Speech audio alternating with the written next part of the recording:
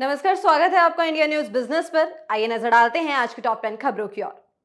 आज यानी 23 सितंबर को सोने और चांदी के दामों की बात करें तो आज हफ्ते के आखिरी कारोबारी सत्र में सोने की कीमत में गिरावट दर्ज की गई है, जबकि चांदी की कीमत में उछाल आया है।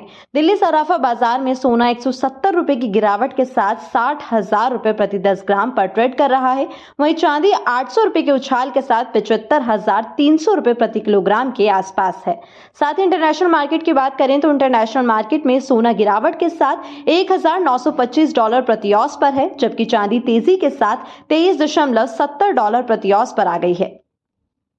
एक बार फिर से आई फॉरेन एक्सचेंज रिजर्व में गिरावट। देश का फॉरेन एक्सचेंज रिजर्व 15 सितंबर को एंड वीक में 86.7 करोड़ डॉलर घटकर 593.04 अरब डॉलर रह गया है।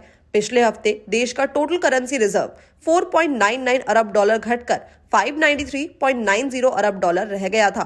अक्टूबर 2021 में देश का विदेशी मुद्रा भंडार 645 अरब डॉलर के ऑल टाइम हाई पर पहुंच गया था।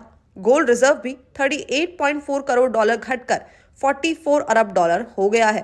According to statistics, special drawing rights 3.2 crore dollar घटकर 18.09 अरब डॉलर रह चुके हैं।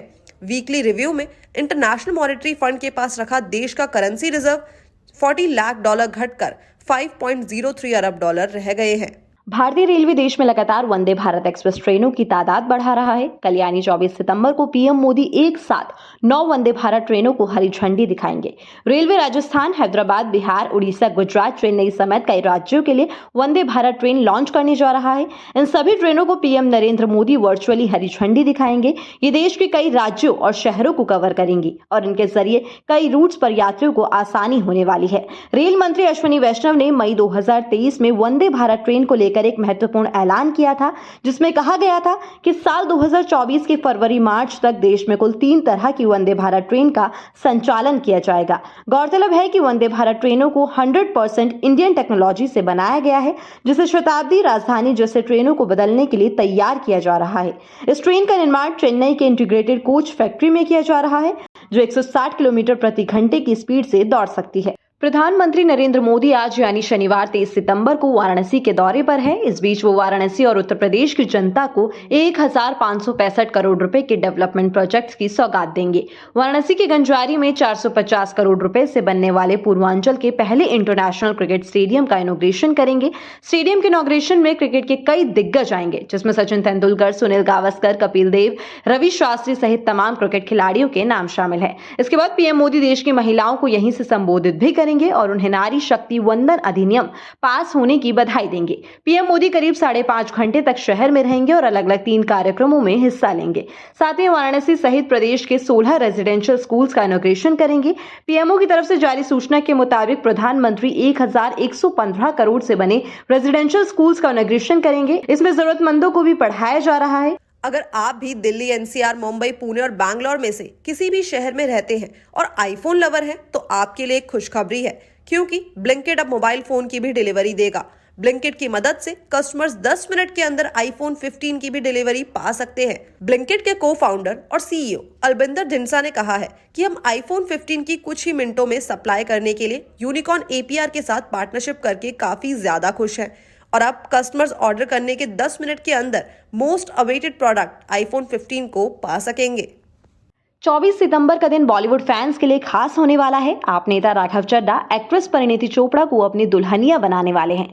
दोनों की शादी उदयपुर के द लीला पैलेस में होने जा रही है। परिवार, रिश्तेदार और मेहमानों की मौजूदगी में एक कपल 7 फेरे लेगा। जी हां, परिणीति और राघव ने उदयपुर के द लीला पैलेस को ही अपने वेडिंग वेन्यू के लिए चुना है।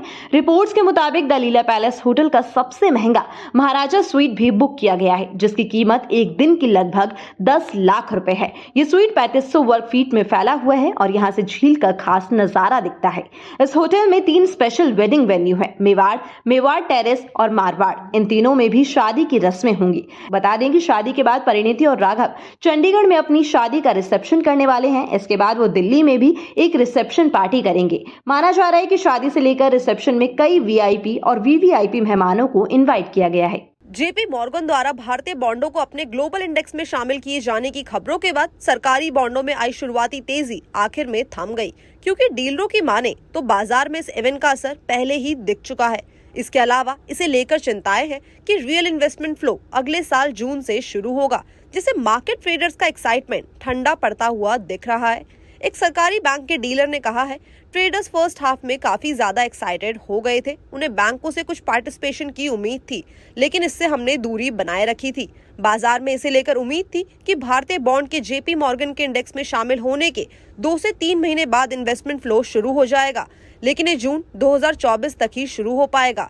बाजार कारोबारियों का मानना है कि भारत को शामिल करने के लिए जेपी मॉर्गन के फैसले के बाद और भी इंडाइसेस को शामिल किया जा सकता है।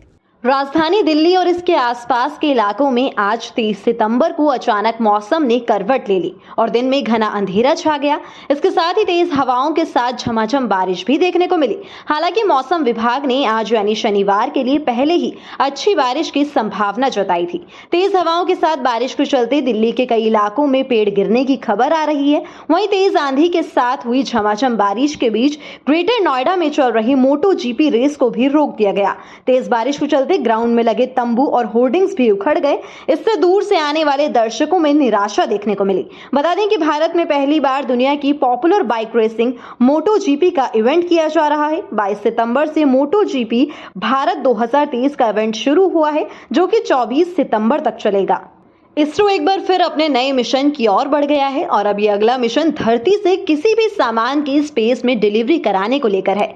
जी हाँ, यानी कि अगर ये मिशन सक्सेसफुल होता है तो उसके जरिए किसी भी सामान को आसानी से स्पेस में डिलीवर किया जा सकेगा। अगले साल जनवरी में एक दुबला पतला यूरोपियन स्पेसक्राफ्ट इसरो के PSLV रॉकेट से लॉन्च किया जाएगा। इस स्पेसक्राफ्ट का नाम बिकिनी है। ये European startup the exploration company का एक री एंट्री व्हीकल है। बिकिनी का ये रॉकेट धरती की सतह से 500 किलोमीटर ऊपर छोड़ा जाएगा। वहां से ये वापस धरती की तरफ लौटेगा। इस दौरान इसकी री एंट्री को लेकर कई जांच पड़ताल किए जाएंगे। ये वायुमंडल को पार करते हुए समुद्र में गिरेगा। बिकिनी का वजन मात्र 40 किलोग्राम है। इसका मकसद है अंतरिक्ष में डिलीवरी पहुंचाना। अगर बिकिनी जनवरी के री एंट्री मिशन में सफल होता है तो इससे कमर्शियल उड़ानों की नई दुनिया का दरवाजा खुल जाएगा, यानी अंतरिक्ष में किसी भी सामान की डिलीवरी हो सकेगी, वो भी सस्ते में। गूगल और एप्पल को टक्कर देने के लिए फिनटेक डेकाकॉन स्टार्टअप फोनपे की तरफ से एक ऐप स्टोर लॉन्च करने वाला है, जिसका नाम है इंडस ऐप स्टोर। ये ऐप स्टोर एक made in India app store है, जिस पर डेवलपर्स ने उनके ऐप लिस्ट करने के लिए कहा गया है। फिलहाल ये ऐप डेवलपर्स को इंग्लिश के अलावा 12 इंडियन लैंग्वेजेस में ऐप को लिस्ट करने की परमिशन दे रहा है।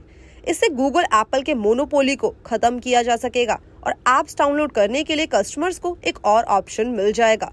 अब कंपनी की तरफ से तमाम डेवलपर्स को इस प्लेटफॉर्म पर ऐप लिस्ट करने के लिए इनवाइट किया जा रहा है। पहले साल इस ऐप स्टोर पर ऐप्स की लिस्टिंग बिल्कुल फ्री होगी, वहीं दूसरे साल से चार्ज लगेगा, लेकिन वो भी बहुत कम। हालांकि कंपनी ने अभी नहीं बताया है कि ये फीस कितनी होगी। डेवलपर से इन ऐप परचेज पर भी कोई फीस या फिर कमीशन चार्ज नहीं लिया जाएगा।